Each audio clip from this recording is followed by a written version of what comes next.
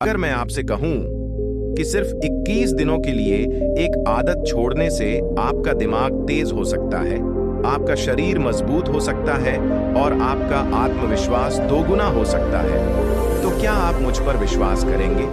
आज का वीडियो बहुत ध्यान से देखें, क्योंकि 21 दिन का ब्रह्मचर्य चैलेंज सिर्फ एक चैलेंज नहीं है, यह एक ट्रांसफॉर्मेशन एक्सपेरिमेंट है। और हो सकता है कि इस वीडियो के बाद आप पहले जैसा महसूस न करें। सबसे पहले आइए एक बड़ी गलतफहमी दूर करते हैं।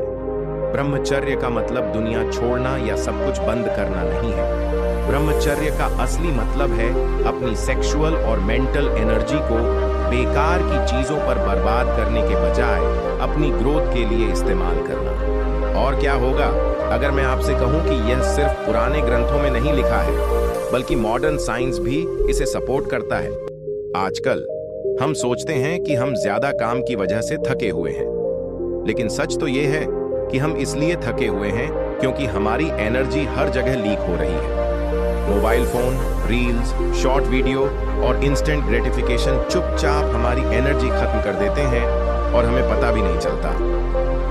यही वजह है कि आज का इंसान फिजिकली तो जिंदा है, लेकिन मेंटली कंफ्यूज्ड है। फोकस कम हो गया है, सब्र कम हो गया है और आत्मविश्वास धीरे धीरे कम हो रहा है।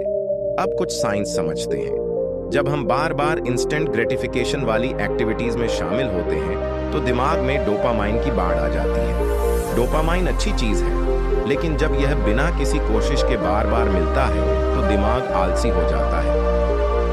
इसका नतीजा होता है मेंटल फॉग, ओवरथिंकिंग, कम मोटिवेशन और कमजोर विल पावर।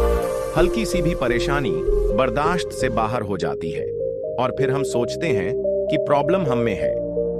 लेकिन जब आप 21 दिनों तक जानबूझकर सेल्फ कंट्रोल की प्रैक्टिस करते हैं तो दिमाग धीरे धीरे रीसेट होना शुरू हो जाता है। डोपामाइन रिसेप्टर्स नॉर्मल होने लगते हैं, आपको छोटी छोटी चीजों में संतुष्टि मिलने लगती है, फोकस वापस आता है, डिसिप्लिन डेवलप होता है। साइंस यह भी कहता है कि सेल्फ कंट्रोल की प्रैक्टिस से दिमाग का प्रीफ्रंटल कॉर्टेक्स ज्यादा एक्टिव हो जाता है।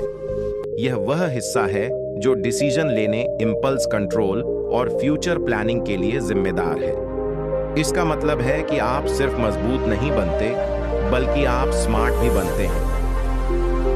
अब एनर्जी की बात करते हैं। सेक्सुअल संयम का मतलब एनर्जी को दबाना नहीं है, इसका मतलब है एनर्जी को सही दिशा में चैनल करना। जब एनर्जी बर्बाद नहीं होती तो शरीर उसका इस्तेमाल मसल्स बनाने, स्टेमिना, इम्यूनिटी और आत्मविश्वास बढ़ाने के लिए करता है। इसीलिए पुराने योगियों ने कहा था, वीर्य रक्षा शक्ति वृद्धि है, जिसका मतलब है कि जो अपनी एनर्जी बचाता है उसकी ताकत अपने आप बढ़ जाती है। पुराने उदाहरण देखिए। हनुमान को न सिर्फ अपनी ताकत के लिए बल्कि अपने अनुशासन और ब्रह्मचर्य के लिए भी जाना जाता है। गौतम बुद्ध ने साफ कहा था कि इच्छा ही दुख की जड़ है। आज भी बौद्ध भिक्षु ब्रह्मचर्य का पालन करते हैं क्योंकि उनका ध्यान मन पर कंट्रोल करने पर होता है, न कि कुछ समय के सुख पर। अब सवाल उठता है, 21 दिन ही क्यों? साइकोलॉजी के अनुसार दिमाग लगभग 21 दिनों में नए पैटर्न बनाना शुरू कर देता है। पहले 7 दिन सबसे मुश्किल होते हैं, इच्छाएं उठती हैं, मन बहाने बनाता है। 8 से 14 दिनों के बीच साफ सोच और एनर्जी महसूस होने लगती है और 15 से 21 दिनों के बीच आत्मविश्वास और अंदरूनी शांति का एक बिल्कुल अलग लेवल बनता है।